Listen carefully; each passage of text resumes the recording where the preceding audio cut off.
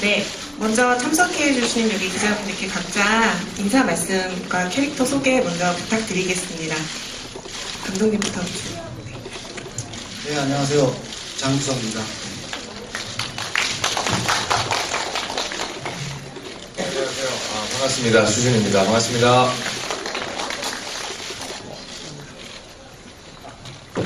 안녕하세요.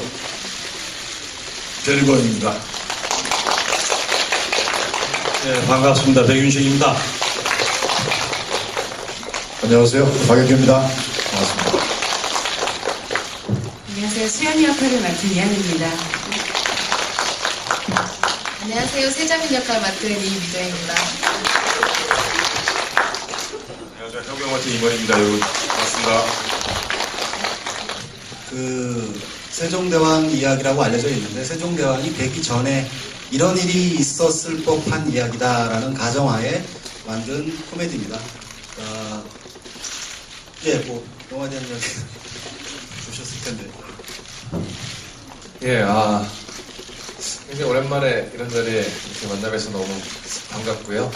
굉장히 기다렸던 시간이었고, 또 저는 지금 여러분들 기자님들 보신 스타일을 일부러 안 봤어요. 이따가 저녁에 같이 좀 아직 안 봐서 영화를 한 번도 기대감을 갖고 보려고 하고 있고요. 그리고 1인 2역을 해서 그랬던 거는 저 영화가 지금 저도 안 봐서 정확히 말씀 못 드리겠는데 되게 같은 기간에 좀 촬영 분량이 많았어요. 그래서 그냥 어떤 물리적인 시간이 부족했던 그런 것들이 좀 있고요.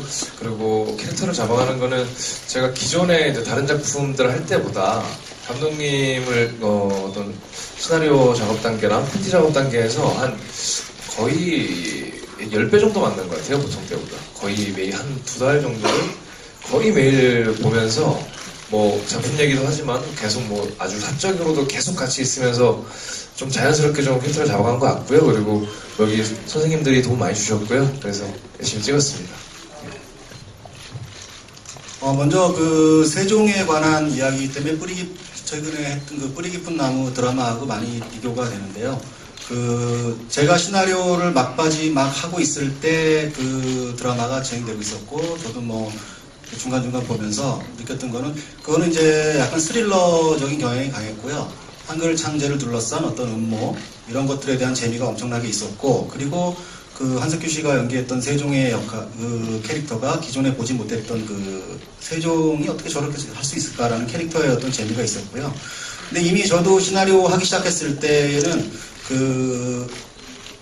그거에 대해서 크게 연연하지 않았던 것은 한글 창제에 관한 이야기는 이제 뿌리 깊은 나무도 하고 있었고, 또 그 전에 세종대왕 하면 그게 너무나 많이 대표적인 게 한글 창제이기 때문에 그런 것보다는 제가 이 시나리오를 준비하면서 역사실록을 좀 보다가 재밌었던 부분이 있었어요. 뭐냐면 지금 영화상에서 코미디로 많이 풀어냈지만은 정말 충녕대군은 그렇게 유약하고 자기만 알고 독서만 하던 사람이었는데 양녕대군도 저렇게 이제 난폭하고 놀기 좋아하고, 그러다가 양녕대군이 너무 도를 지나쳐서 이렇게 충녕한테 이제 셋째인, 둘째도 아니고, 둘째는 이제 스님이니까 어쩔 수 없고, 셋째인 충녕에게 왕위 즉위식을 물러줬는데, 3개월 만에 유일하게 조선시대에서 아마 왕이 죽지 않았는데 이어받은 게 2명으로 알고 있어요. 첫 번째가 이 태종이 세종한테 물려준 그때가 첫 번째인데, 어떻게 그럴 수가 있었을까? 지금 우리가 세종대왕 하면 조선시대에서 가장 대표적인 어떤 성분인데, 역사실록을 보면 그렇게 유약하고 정말 고기만 먹고 잘 움직이지 귀찮아하고 이런 사람이 어떻게 이렇게 됐을까라는 궁금증에서 시작을 했고요. 이 이야기를 리얼리티로 그려낸다면은 너무나 좀 재미가 없을 것 같아서 이제 덕칠이라는 왕자와 거지 컨셉을 빌려와서 좀 재밌게 대중들 앞에 재밌게 이야기를 풀어보자. 그러면서도 너무 또 이게 참 두려웠던 게, 그냥 가상의 왕을 그렸다면 계속 코미디로 어떻게 재밌게 할 수 있었을 텐데, 또 역사적인 어떤 기반이 있는 인물들이라서 코미디 부분도 굉장히 좀 수위 조절해서 힘들었고, 또 그렇다고 그냥 그렇게 재밌게만 끝낼 수는 없는 부분이고, 그러면서 뒤에 후반부에 이제 성군이 돼가는 과정과, 그리고 그러니까 그 전에 뭐 한글 창제라든가 뭐 다른 노비법 개정 뭐 또 외군 이런 것들이 다 있었는데 그런 것들에 비중을 두지 말고 하나의 과정을 그려보자. 이렇게 변화해가는 과정을 그려보고 이래서 우리가 알고 있는 위대한 성공이 됐다라는 것인데요. 저는 그냥 이 영화를 통해서 그냥 아무리 코미디 영화고 즐겁게 보는 영화지만 그냥 극장문을 나서시면서 아 지금쯤 저런 세종 같은 지도자가 한번 필요하지 않을까 저렇게 국민들의 마음을 헤아릴 수 있는 그런 뜻도 많이 담았습니다. 영화를 만들면서. 네, 다음.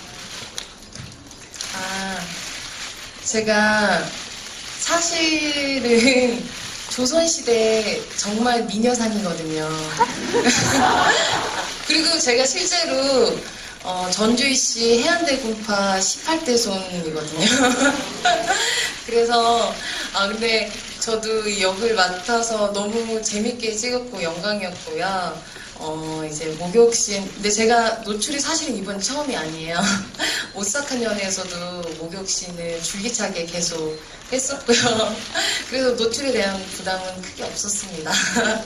그리고 그 지훈 씨랑 목욕신 찍을 때 근데 보셨으니까 아시겠지만 되게 더러웠어요 그때 당시에. 그리고 실제로 이렇게 막 때같이 만들려고 막 이상한 지우개 가루 같은 것도 많이 해놓고 촬영 오랜 기간이 되다 보니까 오래 찍다 보니까 정말 서로 더러워져서 어떤 뭐 좋은 감정이 생길 겨를이 없었습니다. 예,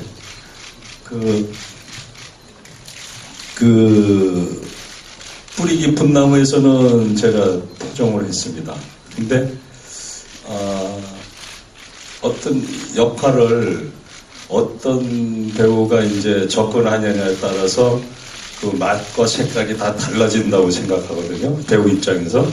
이번에 박영규 씨가 이 접근한 태종은 또 박영규 씨의 그 갖고 있는 배우로서의 특징이라든지 그 독특한 연기력 이런 걸로 굉장히 나는 왕이로서이다 해서 필요한 태종이 아주 잘 표현됐다고 생각합니다.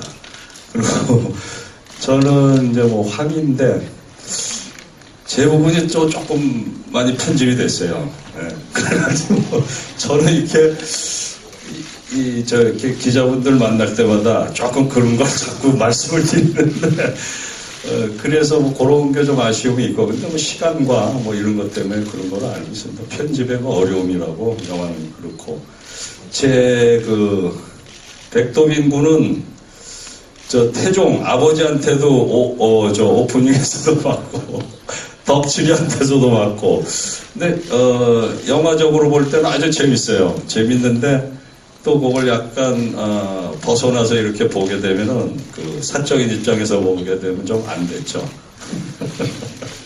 예. 네. 이번에 또 오랜만에 또 영화를 이렇게 하게 돼서 굉장히 들뜬 마음으로 영화를 했습니다.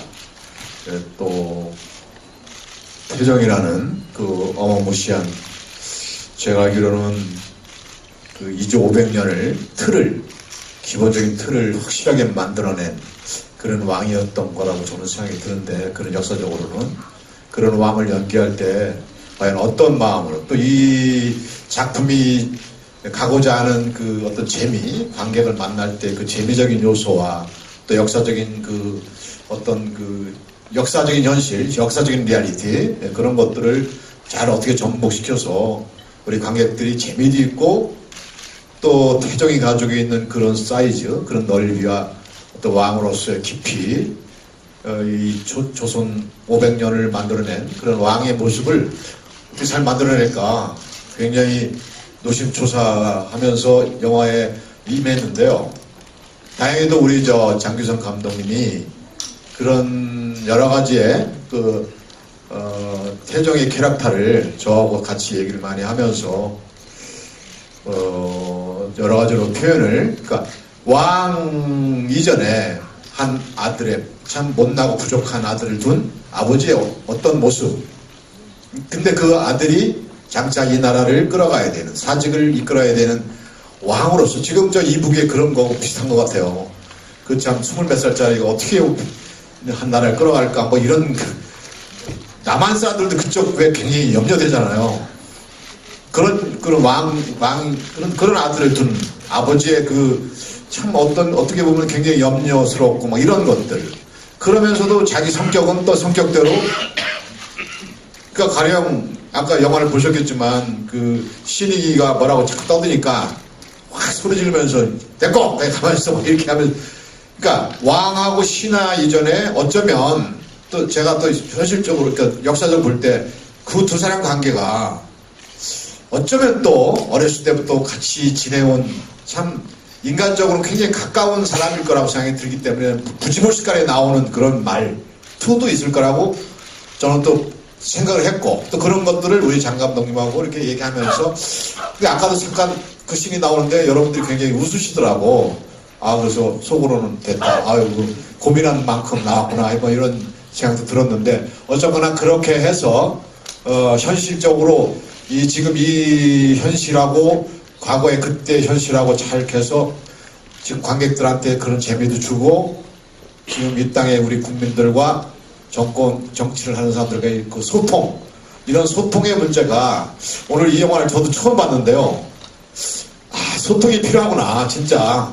아 이런 것들을 아마 관객들한테 굉장히 잘 그려내서 우리 관객들이 가져갔으면 하는 바람입니다. 여기까지. 세자빈 문제에 관해서는 시나리오 쓸 때 제가 이게 사극 코미디인데 좀 차별화를 둬야겠다는 생각에서 유일하게 세자빈과 그 태종 캐릭터를 제가 좀 많이 바꿨어요. 기존의 드라마나 사극 드라마나 영화에서 보면 세자빈이나 중조는 늘 참고 인내하고 또 얼굴이 이뻐요. 이게 아닌데. 믿으시면 충분히. 근데 이제 그런 어떤 틀을 좀 깨보자 하는 차원에서 세자빈도 여잔데 물론 오해지만은 자기 남편이 그렇다면은 아무리 사극 옛날이지만 저럴 수 있겠다라는 생각에서 캐릭터를 많이 바꾼 부분이고요. 그래서 그 세자빈 심씨 그 가문들은 그냥 재밌게 그냥 영화보니 하고 봐주시리라고 믿습니다. 그리고 그 충령이 이제 드디어 변한 충령이 명나라 사신에게 하는 그 짧은 몇 마디는 그렇죠. 예. 뭐 사실 지금하고 똑같은 상황이라고 생각해요.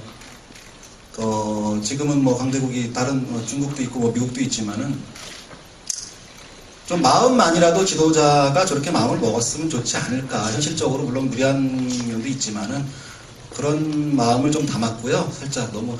그리고 또 아까 말씀하신 거 이장과 군수에 이어서 뭐 이번에 또 하셨다고 그랬는데 이장과 군수 때 제가 좀 너무 그 정치적인 거를 막 직접적으로 내세워서 실패를 했다고 생각하거든요. 조금. 이번에는 그런 것보다는 인간적인 변해가는 휴먼적인 것에 초점을 맞췄고 그런 아까 말씀드렸지만 정치적인 거는 그냥 짧게 하면서 보강을 했습니다. 네.